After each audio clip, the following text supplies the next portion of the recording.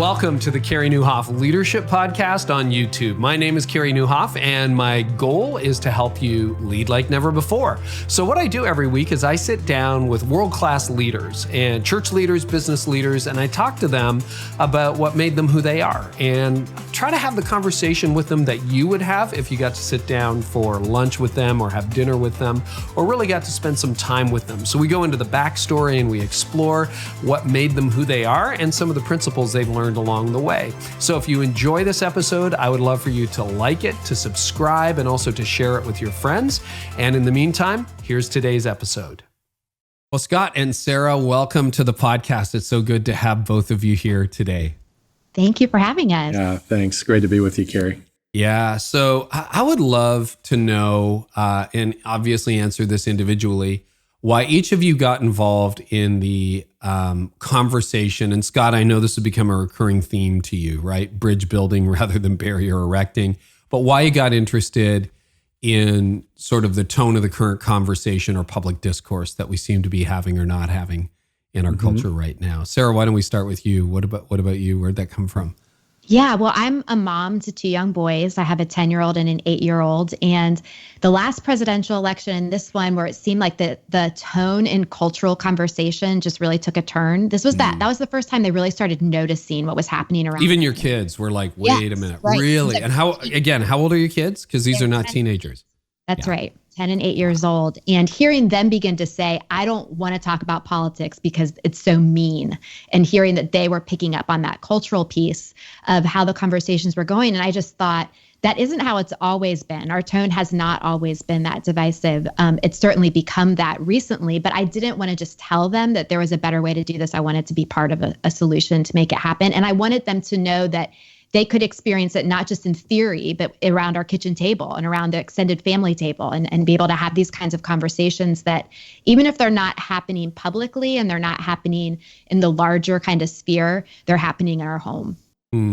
Okay, how about for you, Scott? This has been a long-standing thing that you keep turning the jewel on, which I really appreciate about you. Yeah, it's really interesting, Carey. When I first started thinking and teaching and writing on the theme of reconciliation and loving across the lines of difference, I had a lot of things going on with respect to our ministry here in Nashville.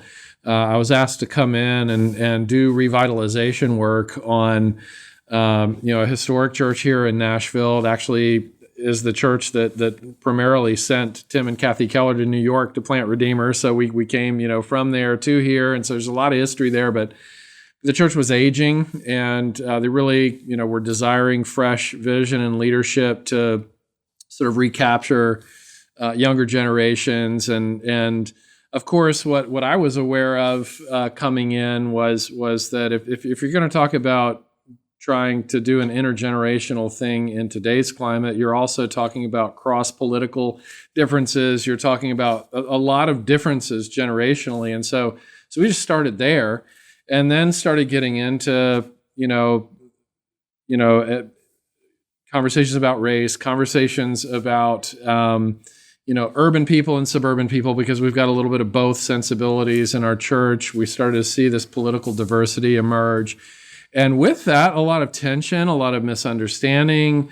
And so we really just kind of by default turned that into a central theme of our teaching. And the timing was pretty crazy because this was just when kind of the outrage culture thing was starting to take off. It was around 2015. And, here we are a few years later and just seems like things are getting harder and harder, and reasonable, sane voices like the two of you are becoming more and more necessary. And Mr. Rogers is popular again because we all want Mr. Rogers back, right? How many? You both raised it. You talked about your kids, Sarah, and then Scott. You talked about generational, and it's something I don't think gets enough air because people tend to think in monolithic terms. But do either of you have thoughts on whether so much of the partisanship or the anger is in part generational? Do you think generations behave differently around this?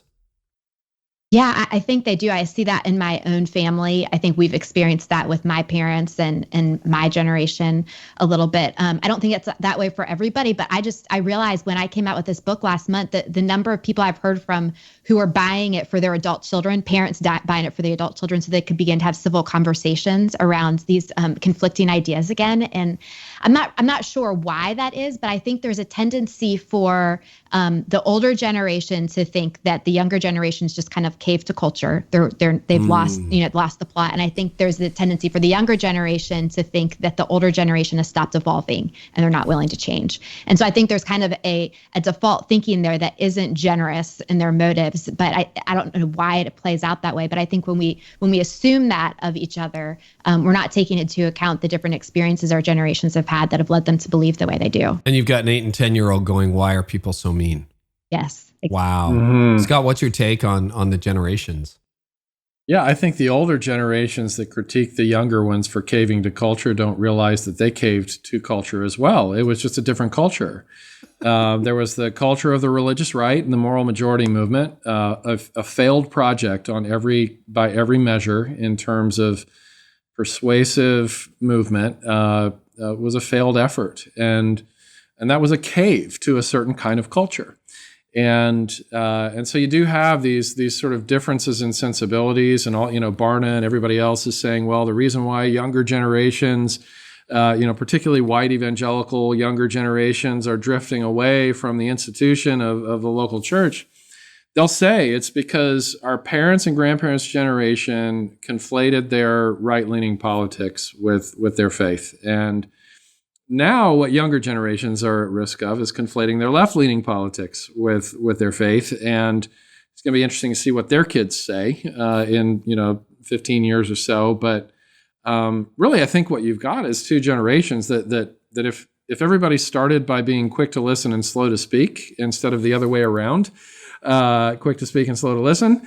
If we all reverse that, I think there could be a really beautiful sharpening effect where, younger people realize they can learn from the older generations, and the older generations can learn that, hey, I'm not done learning yet. There's a lot that our kids and grandkids can teach us. And so yeah.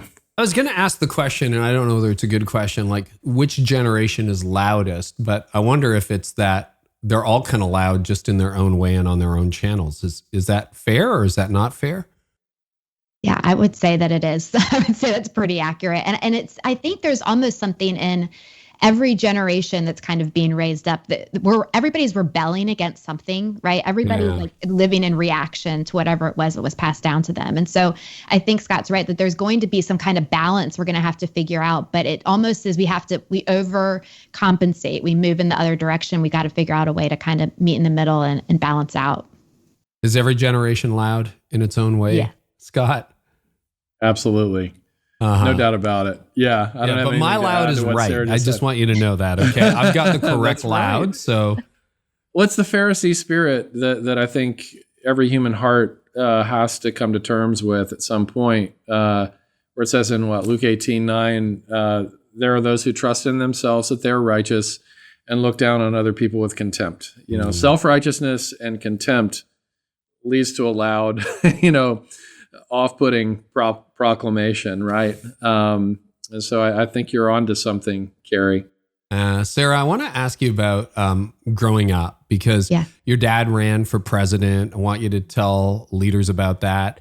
You were kind of raised in almost, is it that moral majority, poster child? You were the teenage poster Sarah. Child. Apologies to your dad. No, my bad. I didn't realize that. I'm so sorry about that. I was raised just outside Washington, D.C. in a very political family.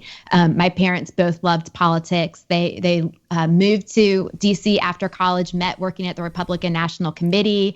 My dad worked on the Reagan campaign and then in the Reagan administration as Undersecretary of Education and then Chief Domestic Policy Advisor to the President. And then in 1999, he ran for the Republican primary in the presidency himself. So that world, that political world, was very much a part of our religious world as well. And I'm not sure I want to be very careful because I don't think it was explicitly passed down to me that they were synonymous. But I think as a child, you're only absorbing and observing what you know and what you see. And so to me, it felt synonymous. The Christianity and the faith and the Republican kind of morals, they were interchangeable terms to me. I didn't know that it was possible to be a Christ follower and a Democrat. It didn't. Those seemed like mutually exclusive terms my whole life. And it wasn't because I heard Democrats being talked badly about necessarily. It was just kind of that was what we were surrounded with. And so, on one hand, we had this very patriotic, love America. I had America-themed birthday parties growing up. It was just like that was kind of our MO. And then also the evangelical poster child of, the true love waits ceremonies and the I Kiss Dating Goodbye. And I tell the story in the book of that my true love waits ceremony was filmed by a 60 Minutes news crew because my dad was being interviewed for the show at the time. So there just was kind of like this weird interwoven idea, but they all seemed one and the same. And it really wasn't until college where I realized it could be different. There was a different way. I was going to say, and then you went to college, right? Well, but interestingly, I went to a small conservative Christian college. Where 99% of us were Christian evangelicals and Republicans, but I saw a poster for the Young Democrats Club. And I thought, I didn't think we had Democrats here. This is crazy. And then but the thing that got me was the sign that said, Jesus loves Democrats too. And I thought, well, sure, but does he like them as much as Republicans? Like, let's be honest. Kind of like he loves tax collectors and prostitutes and things like that. Yeah. But it was that really what started this crack in my worldview, that there was a different way to follow Jesus that did not necessarily have to line up with the Republican Party line. Wow. Okay. And so, I don't want to, this isn't a partisan podcast, but let's just say your views have shifted on a number of things. You talk about that in the book over the years. And how do you see the world differently now at this stage as a mom of two young sons? Yeah. Well, that's another reason why I got involved in this. My family has remained very political. My brother and sister have spent their entire professional careers in politics. So we haven't had the luxury of not having these conversations. As we started to kind of diverge in different areas in our views and opinions, we couldn't not talk about it because it's how they all made a living. So it was kind of like, this is going to come up regardless. We have to figure out a way to do it. And I would just say, I think what I've seen is just maybe more nuance in the world than I originally thought living in DC. DC is such a bubble. It's such a tribal place. It's really easy to fall into that us versus them thinking. And I saw that when my dad ran for president. I saw it when it was Republicans running against Republicans and the animosity between the two, right? It was so easy to make enemies out of anybody who would have normally been a friend. So I see that it's easy to fall into that way of thinking. Leaving Washington, I think, was a real gift to me and to our family to begin to see that there was nuance. There were so many of these issues that I thought were so clear cut that when I just learned the stories of people on the other side, made me realize that politics is personal. It's not all just legislation, that there's real people it affects on both sides. And that's just a lot more complicated than we give it credit for. And anytime it comes across as clear cut and black and white and very obvious, we're probably missing a large part of the story. Wow. Now, Scott, you've lived all over the place. So you go from New York City and literally from Times Square, almost in New York City, downtown Manhattan, to Nashville. What are some of the differences that you have seen between how New Yorkers think, and what it's like in Nashville? What are some of the differences you've seen, or anything from your own journey that would reflect a continued change in perspective? Yeah, I mean, I quite honestly, Carey, I see a lot more similarities than differences. I mean, Nashville's, a lot more open, leafy, green space, right? Living quarters are much larger. You tend to own your home instead of rent. It's just, life here is a lot more comfortable, which has its pros and cons. I mean, we kind of loved the grit and grind of being in the city and living the pedestrian life and sweating like crazy every day, no matter what we were doing. And we loved sort of the international presence there of just having the whole globe in this concentrated space of this small island. But in terms of mindset, sensibility, if New York and Los Angeles got married, Nashville would be born. And I think that's part of why, New York and LA have had this sort of love affair with one another. There's a lot of moving back and forth, and the Los Angeles Times and the New York Times have identified Nashville as what they call the third coast. So Nashville has sort of been co-opted into that. Now there's like a trinity of cities, I guess, for good or for ill. But I think Nashville has the best and the worst of both New York and Los Angeles, here kind of bundled up into one city. I mean, the state government's here, arts and entertainment, higher education, major universities. It's a Silicon Valley of healthcare, which we resent. We'd rather Silicon Valley be called the Nashville of technology, but it is what it is.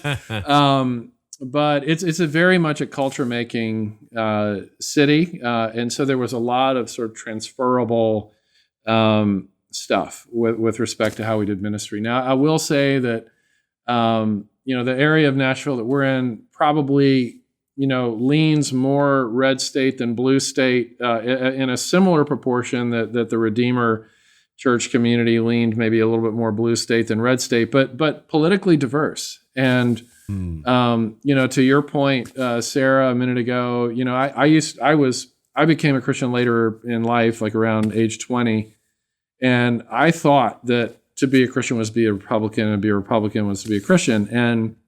And over time, though, what I've discovered is, probably a lot of the things that you've discovered, is that there are all kinds of justice issues. In addition to, not instead of, but in addition to the unborn, right? There are all kinds of justice issues, race, poverty, immigrant policy, refugees, et cetera, that ought to make comprehensively pro-life Christians think very carefully and nuanced about their positions. And it also ought to make us pause to realize that you can have two churches in the same metropolitan area, just in different zip codes. Both churches believe the Bible 100% from cover to cover. Most of the members over here are going to say, it's hard for me to fathom being a Christian and a Democrat. And then most Christians over here would say, also on our reading of the Bible, tells us that it's hard to imagine being a Christian and a Republican.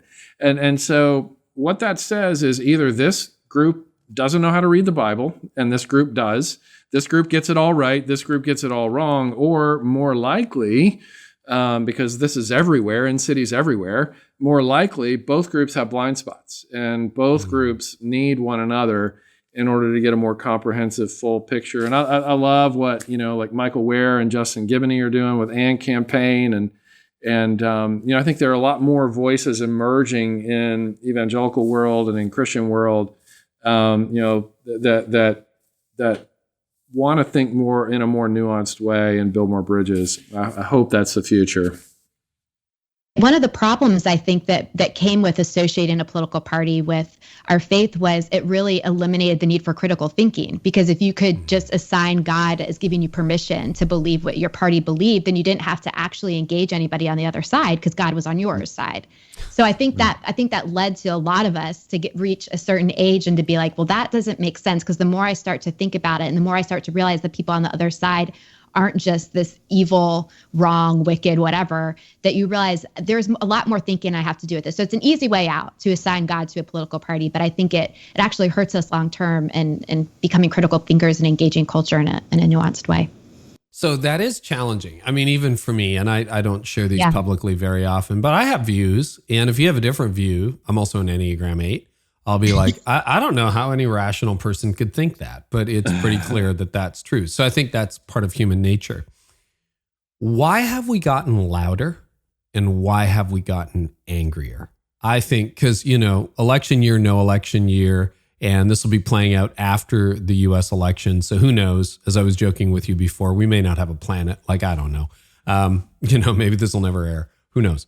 But, we just get loud about everything these days. I mean, and we're so offendable. Why do you think it got louder and why do you think it's gotten angrier? Go ahead, Scott. I don't know if it has. I just think that the noise has been amplified by devices. Aggression and outrage started in Genesis chapter 3.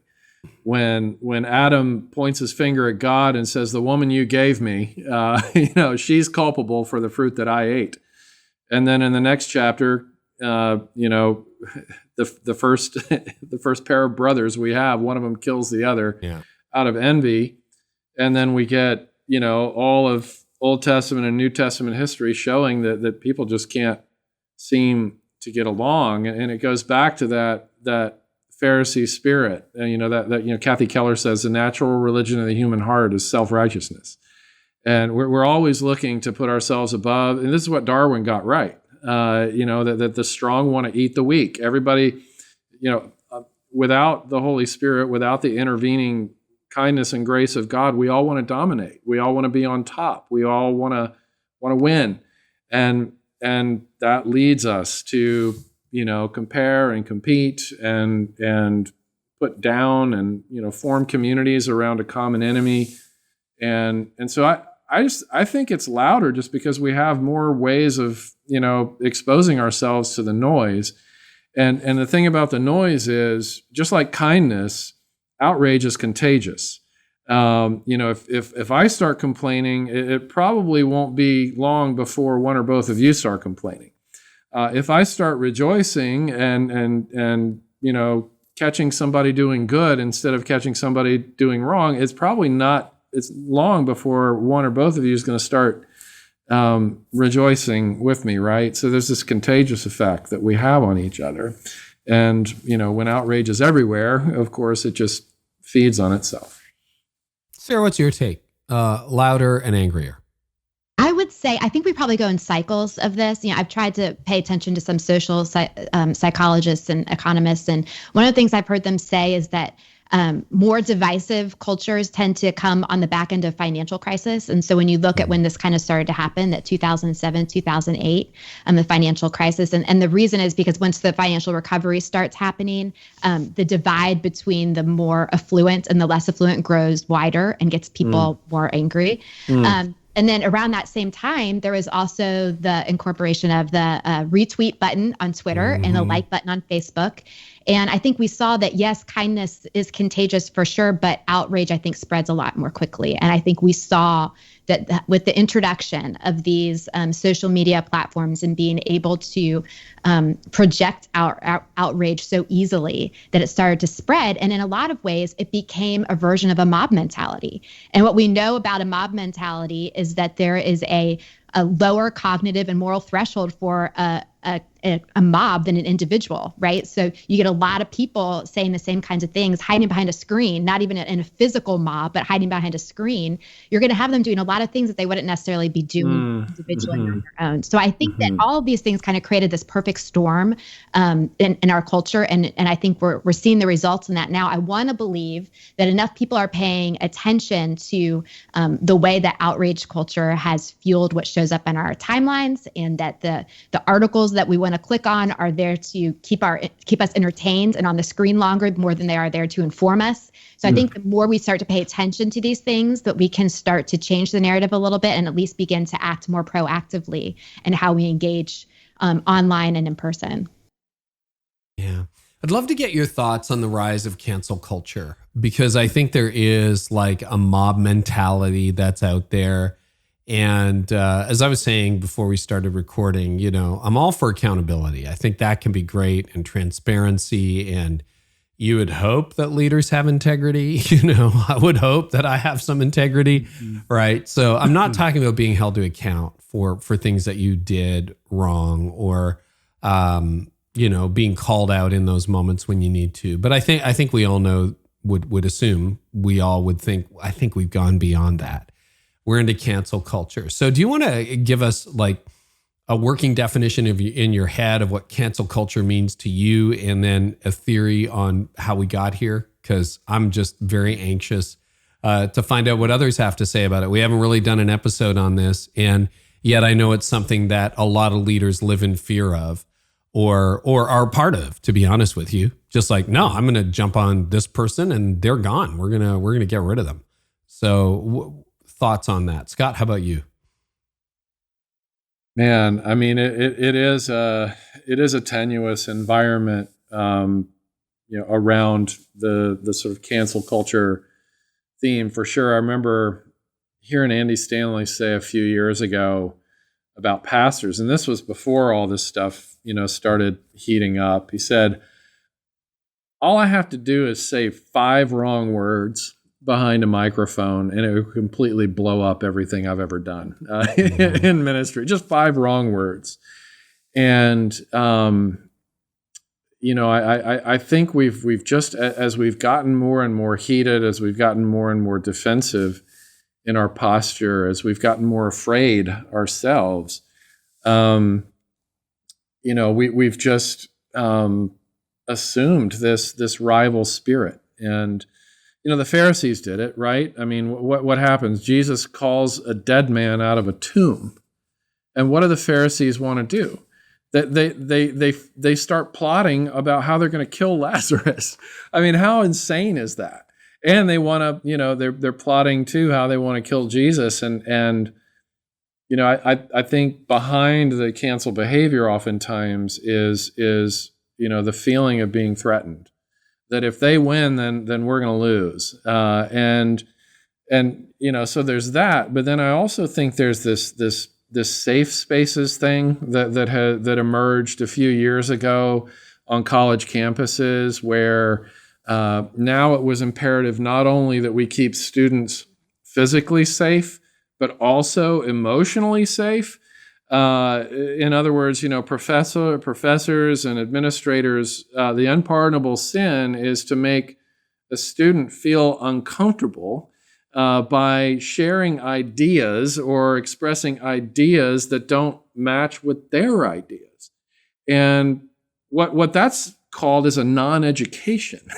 and yet, if you can't teach, the political commentator Van Jones, I think, puts it really well when he talks about safe spaces. He says, I want my kids to be safe physically, but I don't want them to be safe emotionally. I want them to be emotionally strong. I want them to have well-formed ideas, in relationship with Enneagram 8s like Carey, where they can, freely exchange disagreements and be sharpened and be able to stand on their own convictions because they're well-formed. But I think there's been a culture that's developed, and the very liberal journalist Nicholas Kristof has written about this and about academia and news outlets. He says that the unpardonable sin is to be a conservative. He says we're all about tolerance as liberal elite thinkers and academics, unless you're conservative, and then all we want to do with you is shut you down. Now, this is Nicholas Kristof, who's very liberal. Kirsten Powers has done similar things in her work of saying, look, we're actually a lot more conservative than conservatives are in terms of our intolerance for voices that don't agree with ours. And so I think it's important on the liberal conservative continuum to realize that everybody has capacity for self-righteousness. Everybody has the capacity to be oversensitive, and therefore everybody has the capacity to want to shut other people down.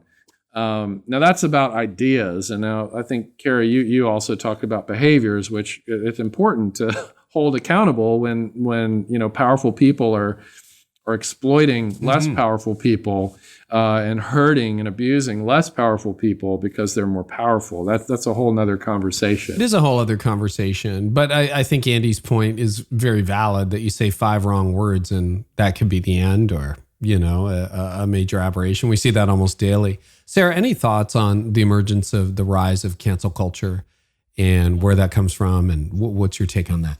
Yeah, well, I think you hit the nail on the head when you said fear. When both of you are talking about a fear, there's a fear of saying the wrong thing, and then we've overcompensated, and we're fearful of our kids being made uncomfortable, or our kids feeling, our kids themselves don't want to feel uncomfortable, and we do that, we develop a lack of resilience, which is not good for anybody.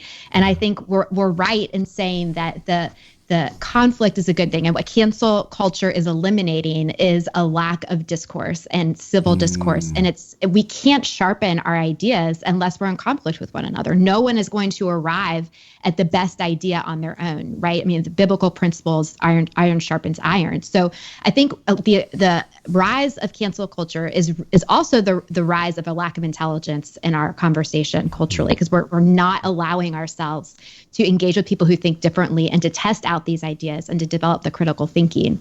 But I think the snapshot, or kind of the definition that I would use for cancel culture, that way I see it, is that it really is just taking a snapshot of someone's life and building their entire kind of reputation around that moment without taking into account their past, how their past shaped them or set them up for this, good or bad, and without realizing the potential of their future. And I think that's just a dangerous road to go on. None of us want to be judged by a snapshot of one moment in our lives. But again, I think, like we said, it stemmed from, I think, good intentions of wanting to hold things accountable. But I think it was an overcorrection, again, moving in that direction of we want to keep powerful people in line. But now what we're doing is we're just shutting down conversation, shutting down any possibility for wrongdoing, and then redemption on the backside of it.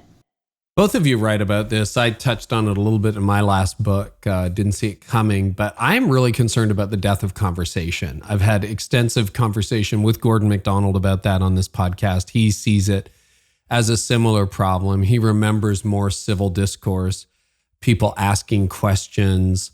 I would love to get your view on what are some of the hallmarks, because we're all implicated in this, right? I mean, I'm not saying I'm not perfect behavior. Sometimes I shut people down. Sometimes I judge quickly. I'm perfectly capable of self-righteousness. What are some markers of healthy, respectful dialogue? And then, the opposite of that too, where it's like, no, when you start to venture into this territory, it's not really conversation. Sarah, what about you? You wrote quite extensively on that, and so Scott. But what are some markers of healthy conversation? What are some markers of unhealthy shutdown conversation? Well, I think you're right. It's definitely dying. And I think what we're learning as it's dying is that civil conversation is a muscle that atrophies without use. And we're seeing what has happened as a result of that. It's not like riding a bike where you can just pick it right back up and assume everything's going to go great. So I think some of the markers for a civil conversation that we need to continue to practice, because it's not just going to show up and be great at the first time. I think it starts with a posture of humility and curiosity towards each other. And I think that, again, this is what I've learned in my own family. They are so great at asking questions of me without just immediately trying to shut me down, and vice versa. It's not just trying to change each other's minds. I think the language we've used around it sometimes is we're not trying to make each other in our own image. And I think that's when we realize conversation starts to go off the rails, when we are trying to engage with somebody in order to conform them into what we're thinking. But if we have a posture of curiosity towards one another, then it's to understand each other. And I think when we have the right goal, first of all, trying to change someone's mind, that's above our pay grade. Like we can't control that. That's out of our hands. But being able to understand each other, we do have a role to play in that. We can control that. And so I think that we need to realize what is it that we actually have power over? And I think we'd be a lot less frustrated if we just dropped the idea of trying to change each other's minds every time and just started to learn and to ask questions about how somebody landed on this particular position instead of just immediately rushing to a judgment. Mm-hmm. What do you think about good conversation guidelines, Scott, and unhelpful ones? Well, I mean, go to the master himself. Jesus said, if you see a speck in somebody else's eye, deal with the log in your own eye first, and then you'll be able to see clearly to remove the speck from the other person's eye. And he doesn't say, then you won't feel like you need to remove the speck from somebody else's eye. He says, then you'll be able to. If there's a speck in my eye and you see it, and you notice it, and it's there, it's a mercy, it's a kindness for you to help me remove it so I don't get an infection and go blind, right? And so I can see clearly too. But I think that concept of going into, and it's counterintuitive, it's countercultural to think this way, but going into especially conflict, disagreement, spirited discussion, whatever we want to call it, assuming that I'm the biggest hypocrite in this conversation. And, at least mentally assuming that, even if emotionally I think the other person is just full of hot air, to at least have the mental discipline to assume that there are some things that I'm going to miss here. Like Tim Keller talks about, his unfair critics, which public people have a lot of unfair critics. And, and Tim will tell you, he's written about this. He's gotten more criticized for views that have been attributed to him that he doesn't hold than he has of his actual views. And I think all three of us can identify with that and relate to that on some level. But he says, even when that happens, it's important to be careful not to be completely dismissive of the critic, to hold them in contempt, to call them an idiot, but to get in a private space and to consider, is there a kernel of truth in there? Even if 89% of it is completely off base, is there a kernel of truth in there that I can learn from? And that'll be my starting point before I engage that person in conversation. Now, Tim's a lot better at that than I am. But it is what Jesus taught, that no matter who we are, like imagine if we have two people in a conflict and they're both thinking that way, like I'm first a learner here, and then secondly, I'm a critic, but first a learner. Jesus was pretty smart. He doesn't get credit. He gets credit for being loving and kind and sacrificial. We don't really talk a whole lot about how smart, how intelligent Jesus is, just about human relationships. Remember, he's a wonderful counselor. Like he's the best therapist you'll ever have for relationships. And, humble yourself in the sight of the Lord and in the sight of whoever you're encountering. And there'll be an uplifting of some sort. But I think we get into trouble, though, when we reverse it and we act like the log is in that person's eye. And if I have anything in my eye, it's just a little speck. Sarah, you mentioned conversation and curiosity, asking questions. I'm curious because there's a few years between you and me. You're at a different stage of life. So do you find that when you're out in social situations that question asking is a natural discipline? My wife and I have noticed a decline over the years where we can go to an event for an hour and a half and nobody asks us a single question. And we'll be asking people about them, tell us about the kids, how are you, how's Rodney? Oh, that's a really nice place. Like, when did you get that redesigned, or, that kind of thing. But what do you discover with your generation?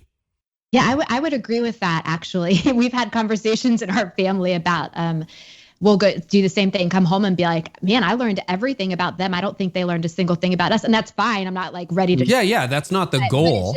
But the point is there's a lack of a social connection because it's all one way. And when we talk about raising our boys, we're literally trying to teach them to ask us, how was your day?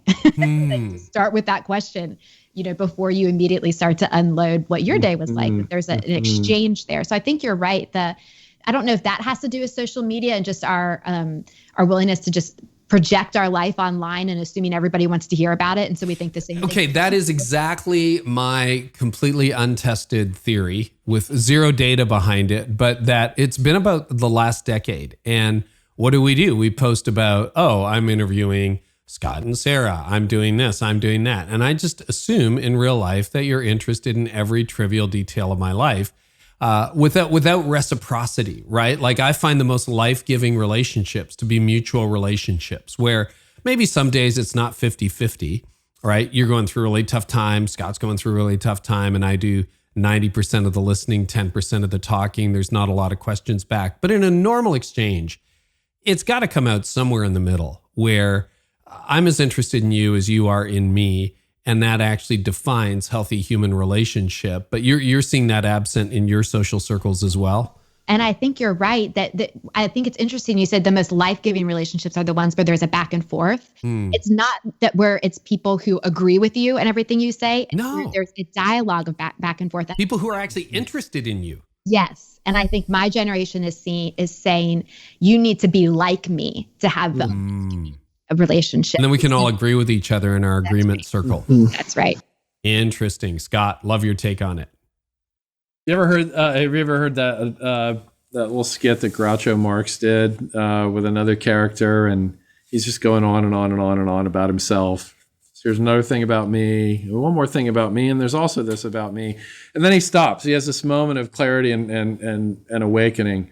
He says, oh my goodness, I have been talking about me this entire time. I'm so sorry. Let's talk about you. What do you think about me? and I just can't get that out of my head as I'm hearing both of you talk. But I mean, you're a professional question asker, Carey, and so I mean, you have a way of sort of drawing people in just by the way that you show such interest. And so I could see why, somebody might just get kind of swept up in that. But yeah, I mean, we've come home from, I mean, even this past month, I can think of 3 different times where we've had dinner with some people and either Patty or I would ask the other, did we tell them anything about ourselves or was this just us interviewing them about their lives? I know. And we wonder, are we that couple sometimes, or am I that person sometimes? Maybe. I've asked that question I too. just don't know. Sometimes I play experiments too, depending on how well. It's like I'm just going to ask questions and see how long people can go. And one guy I didn't even ask a question, talked about himself for 28 minutes. Like we're sitting on a park without bench. stopping. I eventually got my watch out. I'm like, okay, that's I got a sermon. It was 28 minutes without a sermon breath. at Connexus Church. All about you him. should capture that and put it on video. I know. I should have had my phone like strategically positioned. And I wonder, it's this symbiotic thing where we're online, we're in real life, we're online, we're in real life. And I think your observation, Sarah, that, I just want to find people who agree with me, who think like me, who dress like me, who vote like me. And then we're all going to tell everybody else how wrong they are.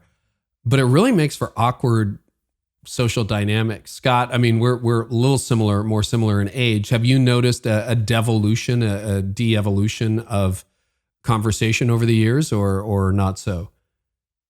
I'm not a sociologist. I haven't examined, generations closely enough, but I wonder if there's something in there related to the shift in parenting philosophies where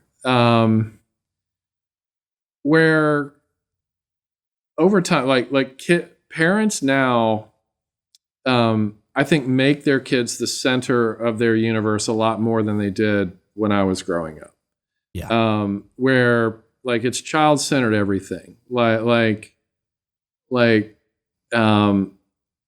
I mean, parents are following their kids in and out of this, that, or the other. I mean, you probably have this dynamic at your churches where, people will disappear for 3 months and they'll show up and they'll say, well, this was soccer season. And I'm like, soccer season? Like for your 7-year-old? I mean, I could see maybe if your kid was 16 and a college prospect or something, this is for your 7-year-old who's not even athletic. And you just hit pause on some of the most important aspects of your life because your 7-year-old wanted to do travel sports, and that's make sure they're really good before you make those kinds of life-changing decisions for the whole family. But the theme being whatever the kids want, we don't want our kids to not like us. It sort of feels like that's become a parenting philosophy that everything revolves around our kids liking us, and when actually the best kind of parenting is the best kind of leadership. People need to struggle with your leadership and your parenting sometimes. Otherwise, who's leading who? And so I think it's sort of created possibly this just narcissistic assumption that everything we do and therefore everything the world does is about me. I'm the hero of the story. I'm the center of the story, and everybody else is a supporting actor in my story. I think there are a lot of parents that behave like supporting actors in their kids' story, rather than as the healthiest home. Paul Tripp and all the great parenting experts would say the healthiest homes are the marriage-centered homes, not the kid-centered homes. And you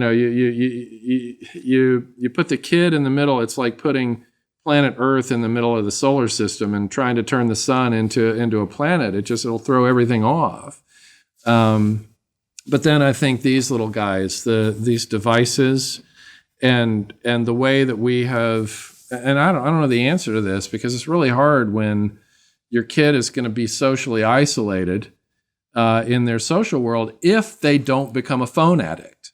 Like if they don't become a phone addict, the cost of that is they will have fewer friends and less social life. And so it's like this terrible catch-22 that leads our kids to either be lonely or narcissistic. Take your pick, make your choice. But those are armchair observations, by a non-expert.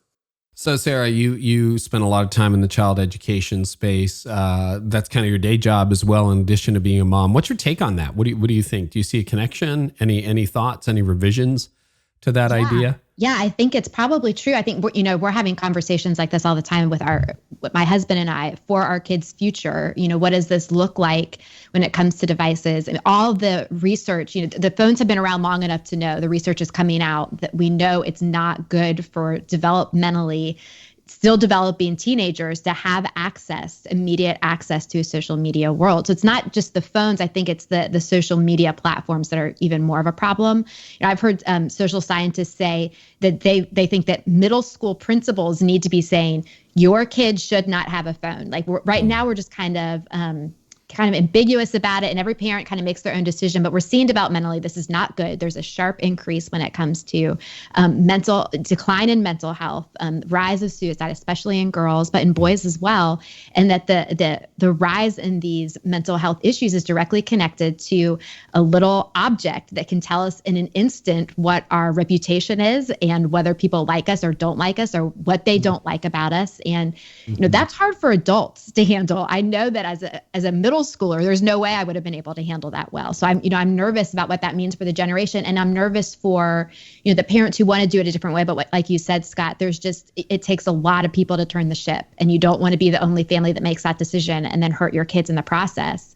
But you're right. I think it is that making that decision between, do I want a mentally healthy child who is socially isolated, or do I want someone who is connected? But what kind of connection is it really? Is it to actual relationships and people, or is it just to these platforms? And what kind of kids are we creating in the process? Have you guys seen The Social Dilemma on Netflix? I'm curious what your thoughts are on that as a child development expert. Oh, well, I wouldn't call myself an expert, but yeah.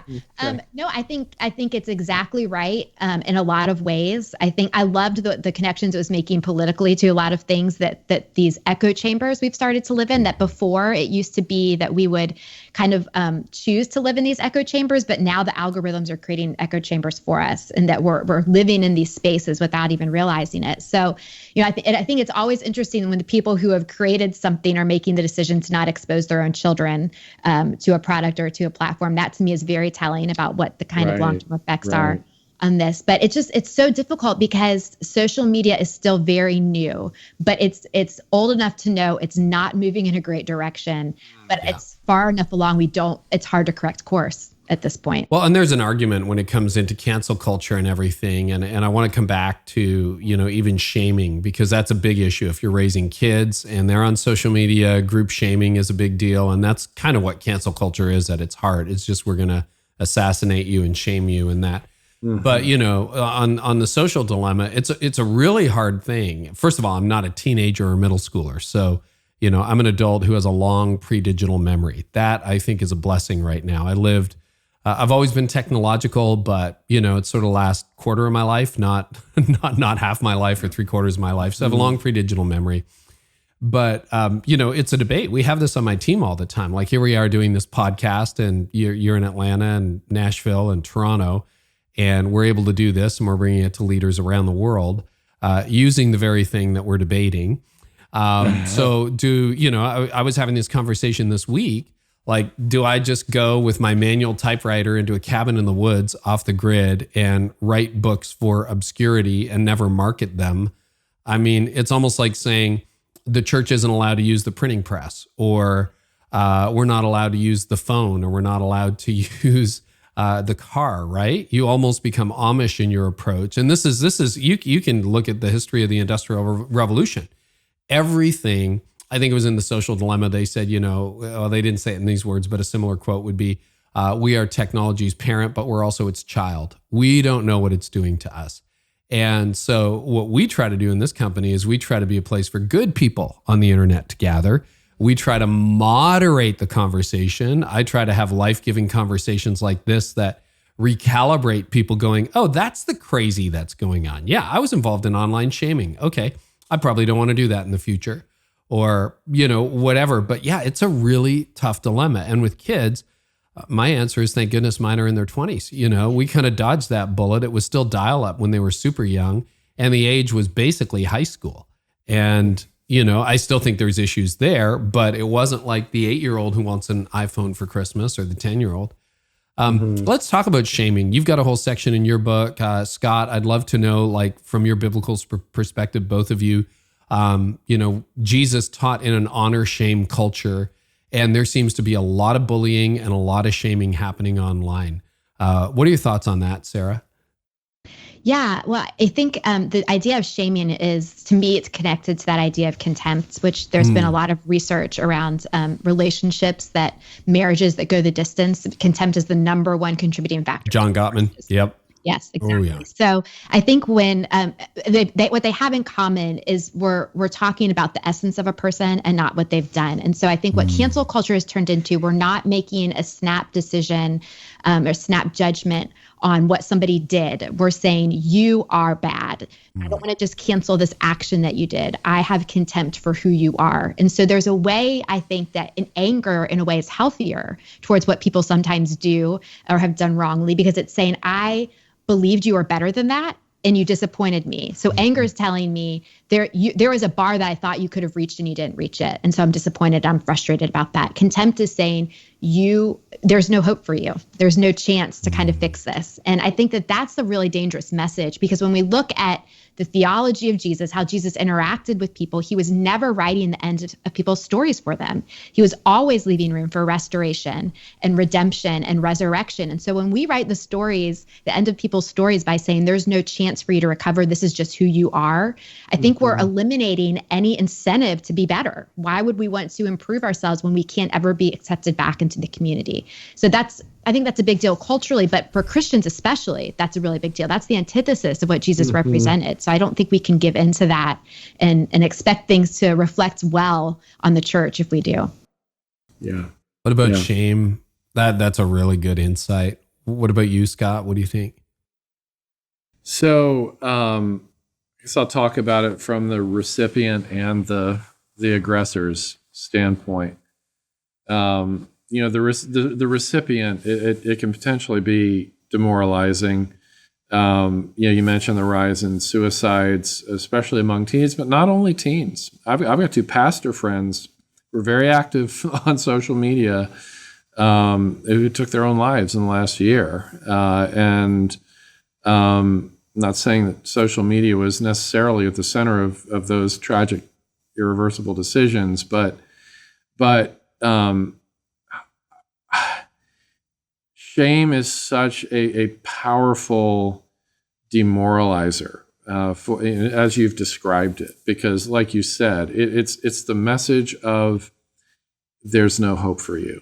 Right. You are hopeless. There is no climbing out of this because of who you are, and because of who you always will be. That's just horrible. But then, you flip it. You've talked beautifully and thoughtfully about, sort of the receiver experience, but the aggressor of shaming. There's a psychology to that as well. There's a psychology to contempt. People who tend to act with the most contempt toward others are also those who feel the most self-contempt, and it's a deflection strategy. It's a I don't have to deal with me as long as I can deal with him or her. I don't have to deal with me, which of course traces back to a deficit in awareness of the resource that Christ has given for us to look the worst in ourselves square in the face and not feel threatened and not be threatened, because Christ has exposed us completely and not rejected us. He knows us, to the bottom of the recesses of who we are, and loves us completely and chooses us again and again and again, at the beginning, at the end, and at the end of our very best and our very worst days. And David after the Bathsheba event, what's the message that comes from the prophet after the prophet confronts him and exposes him? You're not going to die. You deserve to, but you're not going to. Instead, you're going to write half the Psalms, and you're going to be a great leader. And can you imagine what had to happen in Bathsheba's heart to end up marrying David after all of that, right? And having Solomon with him, whose name meant peace and beloved of God, right? And Saul of Tarsus, who's presiding over the first Christian martyrdom of Stephen and on his way to actively destroy the people of Jesus. And that's when Jesus says, "You're my instrument," for the Gentiles, and if we lose sight of how significant and sizable the grace of God is, and not only this, but how immediate our access is to that, the only thing left is self-contempt, because we're never going to forget living up to what God expects of us. We're never going to live up to our own expectations of us, right? Like Pink says in that song, "I'm a hazard to myself. Don't let me get me. I'm my own worst enemy. I don't want to be my friend no more."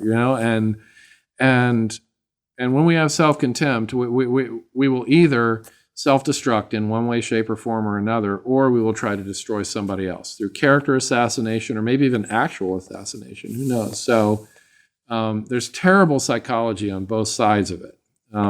It's so destructive. So not picking on a particular case, because unfortunately there's been so many of them, but pick a headline, any headline, whether it's a politician, a preacher, a leader who's fallen and clearly done something outside of the bounds, who's breached trust, whether that's sexual impropriety or financial impropriety or some addiction that they lied about, or even lying, or something that causes them, perhaps it's a no, you're not in leadership for a season or for a long time kind of offense.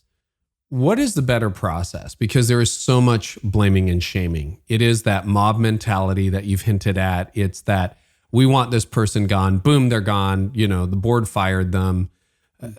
What is an alternative scenario or is it just, nope, you got canceled and you're done? Yeah. Well, I think that the shaming, I think it's tempting to do, but on a practical level, I don't think the mob mentality and the public shaming and removal is ever going to lead to the real lasting change. We might get a public repentance or public groveling, but I think, we're in church world. We know that shame does not lead to actual behavior change and health in a human and decision-making, long-term healthy decision-making. So to me, I don't think the idea of public accountability, I don't think that's really realistic to do. I don't think public accountability is it. I think you can call someone out, but accountability is meant to be done in person in close relationship. I think that's where we've got to lean into. I don't think that we're looking to excuse behaviors. I think we need to be able to say this was wrong, but we need to be able to leave it up to the people who are in actual relationship, close enough to the actual person, close enough to the scenario, to be walking alongside them to make the determination of how they get back into the community or leadership or whatever that looks like. But that's above our pay grade as well when it comes to, the social media platforms. That's not for us to decide. Scott, what's your take? Yeah, I agree. Public accountability is gross because it's toxic. It doesn't require. It's like pornography. Ooh.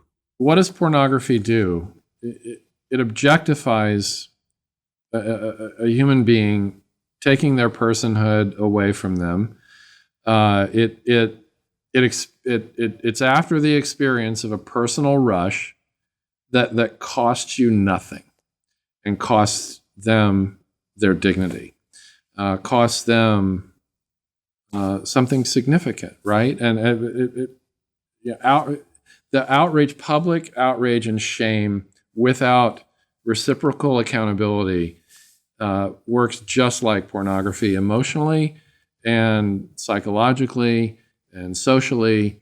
And I can't think of anything good to say about it, and not to mention that the information is usually inaccurate. And so you're holding somebody accountable for something that they probably didn't even actually say or do or think or feel.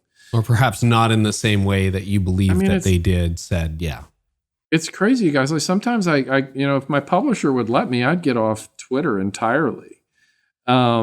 Because it's just so striking how there are people out there, and you gave me the whole "don't wrestle with pigs" thing, Carey. Maybe yeah. Talk about that. We both get dirty, but it's striking that people who live, 15 states away, hiding behind some anonymous Twitter account, talk like they know you better than your wife does. Like I've got you all figured out based on this, 18 character tweet that you put out there 3 days ago. I know people, and it's just like, come on, you guys. But I don't know. So what happens when there's, a Harvey Weinstein or that kind of thing? Is it better just not to comment? Is it like, you could argue that some people who needed to become, be brought to account were brought to account. Yeah. Like, how do you navigate that? Because I get asked from time to time, not a lot. I have great leaders following, but sometimes I'll get a direct message that's like, a pastor falls, and it's like, when are you going to talk about that? And I'm always left, first of all, with profound sadness for the victims, for the congregation, for the people involved, and actually for the leader. Usually I feel profound sadness, and usually one of helplessness. It's like, I don't actually know this leader well. I don't know the facts. I don't know the background. I don't know, and I'll be reasonably well read, but like, I don't know how I'm going to help with this conversation.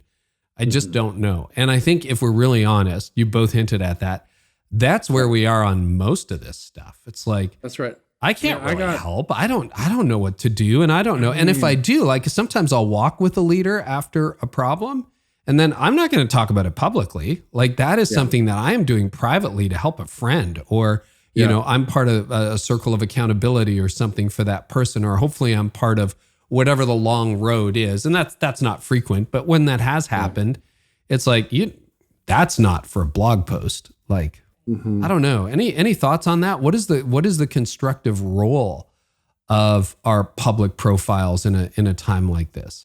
Yeah, I'm not sure that there is a one size fits all. I mean, I think you've hinted at I think we run into the same problem. The Harvey Weinsteins of the world are not the same as, I can't even think of an example, but there are layers. There are grades and layers and so different responses. You can't take one size fits all approach to it. But I just, listening to y'all talk, I'm going, I wish more people were willing to say, that's not my place to speak into it. But we have a culture. I think we have it politically. We're talking about things we know nothing about, but we have an opinion about. We're willing to die on every hill, even though we're not as informed as we should be to die on that hill. Well, we're ready to die on it today, and then tomorrow something else will get our attention, right? But at some point, I think what we don't realize is we're losing our influence because we're becoming white noise. When everything is a hill to die on, or when everything is something to comment on, then nothing's important anymore. So I think we need to be more methodical about the things that we do decide to speak out on, because we're losing our influence on the things that actually matter. And we do have something to speak That's such a good point. Trying to be influential actually makes you lose your influence. If you're trying to leverage your influence every time there's something, and honestly, some of it is trend jacking, right? I'm just, because I know this will get a lot of clicks, or I know it'll get a lot of retweets or a lot of likes, but over leveraging your influence makes you lose influence. Yeah. Scott, what do you do in a case like that? Like, where's the line? Where do you step in? And I know there's no clear answer. I just love your take on it. Trend jacking. I've never heard that phrase before. Sorry. Maybe I picked that up somewhere, but that is like, that's where you just find a hashtag and you jump in on the social media mob, and then maybe you get all the retweets. We try not to do that around here. Yeah. So, I mean, this probably happens to you more than it does to me, Carey, because of all the different circles you're in. But yeah, something will happen where a pastor on, in the Midwest or on the West or East Coast, who I may have never met, a story breaks about some behind the scenes mishandling of this or that. And let's talk about the stories that are actually really complicated. where it really does require people who are in that community and maybe an outside, organization to come in and look at things objectively and talk to all the relevant parties. And, when I tend to try to do what you do, like, I don't know the situation, it's not mine to speak to, but what comes after that?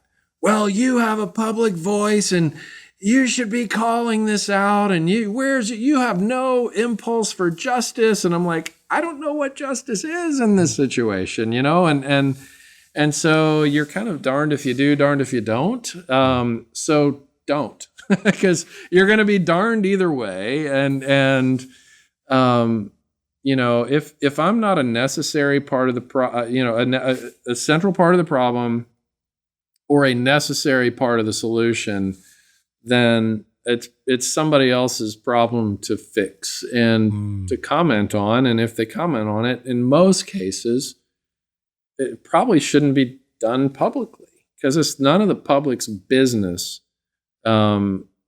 It's the community's business. If you're talking about like a church scandal, for instance. So. Yeah, and in the times, and I haven't done this in a few years, but go back 5 years, and in the times where there was a resignation or a problem, if I did name someone, I would often run it by that person ahead of time, just to say, and the filter I run things through is it helpful? Is it helpful? And sometimes, on the question of racial justice, I've entered that dialogue very, willingly, with some apprehension, being a white male. But I'm like, no, this is something I should not be silent on. This is something I should loan whatever I can, my influence, to help some friends, people I really care about. Justice issues, I believe, are biblical and theological. And then there are other times where I'm like, I just don't know how I can help with this one. And so I don't. Question for you, because this is a real life situation for a lot of people. And don't think in terms of public influence. Think of like the local pastor who's got a troll, or the local business person who has a rival who's just like always like harassing him or her on social.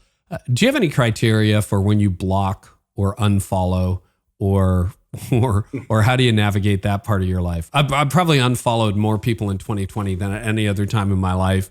Just like, and mine is like, I don't need that drama in my daily feed. You guys, I don't know what it is, but like, you feel you need to harangue somebody every day or some issue. And it's not helping me. So I will unfollow. And I have criteria for blocking too, but I'd love to know where you sit on that. Scott, how about you?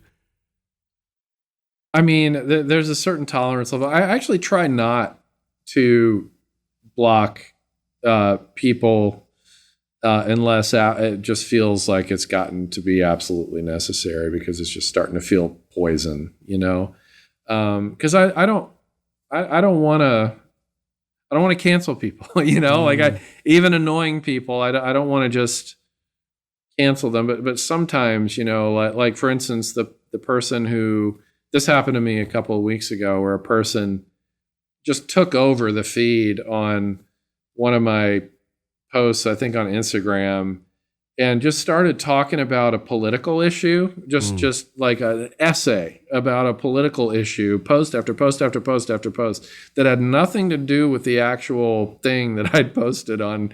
They just went into my and called trend jacking, you were trending, Scott. Trend jacking, okay. So I just, I deleted some of the comments just kind of quietly, and they called me out for deleting their comments, and then left more. And then I'm like, you know what? I just need to, just click the block button. Maybe I'll unblock in a couple of weeks or something. And then they went on another social media platform and talked about how I blocked them. So, but it just felt like, you're invading. I wouldn't want you to come into my home and start talking to my children about this. And you're kind of coming into my space here. And talking about something that really doesn't have anything to do with. But it's really subjective. That's a short answer. Yeah. And I would say it's very rare on my platform. I rarely block somebody, but I will sometimes unfollow for 30 days or mute a little bit if they keep. And, again, they're not controlling that. The algorithm is. One of the things I actively try to do is break the algorithm. Okay. I don't know that I'm successful. What about you, Sarah? Well, you guys have much larger followings than I do, so I'm not sure that I've experienced it personally enough to be able to speak that well into it. But I would say, I think the danger, it's kind of this double-edged sword, right? Because there is definitely this kind of poison that can come from these kinds of conversations. But on the other hand, I don't want us to forget how to engage people who don't see eye to eye with us. Yeah. So I do feel like you've got to be able to determine what's a bid to communicate and converse and dialogue and what's a bid to entertain or just, push or, push your buttons, like all that kind of thing. But I do think I try to, it's not even necessarily engaging as much as following people on Twitter or Instagram that I know I would disagree with and that, but they're thoughtful. So I'm fine engaging in conversation if I know it's actual conversation and they're not looking for somebody to misspeak or not. But I just think when we start to eliminate the differences and the people who have differences from us or who push us to see a different side of things and immediately start to dehumanize them, that makes us worse as well. So I just think it's really complicated. I think it's constantly having to take every situation into account. But I think you guys both alluded to this earlier. Anonymous Twitter. If you're not showing me a real picture of you or just letters and numbers by your handle, then it's hard for me to think there's an actual person on the other side who wants to engage. So that to me is a kind of a good indication. I would say that's where the vast majority of the blocking happens, is some bot account or some weirdness. And very rarely will I block another human being, and it's under circumstances similar to you. And usually there's been an exchange. My rule is, if it was a dinner party at my house, you're free to disagree. Let me ask questions. You don't have to agree with me. If I have to call the police, then that's another category, right? Like if you're threatening to assault me or someone at the dinner table, or you're insulting my wife and I'm asking you to leave, that's a whole other level. Rarely does that happen, but yeah, that's You ever good. talk to Bob Goff about that about this question, Carey? I have actually, yeah. Have you had that conversation? Yeah, I mean, go ahead. What was the answer he gave you? Because I'm curious. I remember very clearly what he told me. He'll go onto their profile. He'll scroll through their stuff just to see if he can learn something about them. Pray for them. If he can find their address, he'll send them a cake pop in the mail. And sometimes, if they keep, being a nuisance, he'll just hit the block button. Yeah, but that's what he said. Tries to find a gracious way to respond. Yeah, and that's one of the reasons I asked him the question. He wrote "Love everybody always," and I'm like, well, everybody always, and he's like, no, sometimes exactly that. You scroll on the profile, try to find common ground, but you realize in the universe there are 1-star review people, right? These are people who are just against everything and everybody, and that's what they do all day long. And it's really hard. It's like, hey, you can do that, but it's not going to be on this channel, because I got people who want to have a conversation, and we got to model that. Okay, this has been a rich, long convo. I would love to know just a couple of quick guidelines that you think would help make everybody better, if you're like in real life and in the world, and kind of get us out of this bad moment that we all seem to be in. What would you recommend people do, that something they could start today or this week? I think I would start with staying engaged with people who think differently. I know I've kind of hinted at that before, but one of the things that I wrote about in the book that my husband and I were able to experience is we went to Northern Ireland several years ago, and we kind of learned a little bit more about the history of Northern Ireland and the Troubles and the peace walls that they built. And it was just so fascinating to me to see that here was this territory that was trying to decide its constitutional status, whether it would stay connected to the United Kingdom or join the Republic of Ireland. And there was civil unrest and violence erupting. And the government thought that if they built these peace walls, it would keeping each other from one another, that it would help the problem. And it was actually the exact opposite. Refusing to keep these parts of the neighborhoods where sides were divided and keeping them apart from each other did not quell the violence. It actually contributed to it. And I just think that we are on the verge of being either literally or metaphorically raising these walls where we are dehumanizing the people on the other side of them because we're not engaging with them. And we see that in these studies where we talk about sustained eye contact with a person triggers triggers these empathetic responses in both people's brains. When we have put up these walls between people who we don't agree with, I think the opposite is true. We're turning off the empathetic centers in our brain. So I would think to be able to move forward in civil conversation is to be able to willingly put ourselves out there, and to have conversations that make us uncomfortable and to not shy away from them, because there is something really rich that comes from learning other people's experiences, looking them in the eye and seeing that there's a human on the other side of that position, even though you don't understand the position that they hold. Mm-hmm. So I don't know if you want me to keep going? I've got a couple, but Yeah. Give us a couple more. That's great. Well, I would say that I think we should also be humble, and we've touched on this a lot, and let go of certainty. We've talked a little bit about that posture and the humility of going into conversations, thinking that we might have something to learn from people. I think that there's this TED Talk, I think her name's Catherine Schultz, where she does this talk about when you realize you're wrong, and she asks the audience, what does it feel like to be wrong? And they throw out words like it's embarrassing or it's humiliating. And she goes, no, that's what it feels like when you realize you're wrong.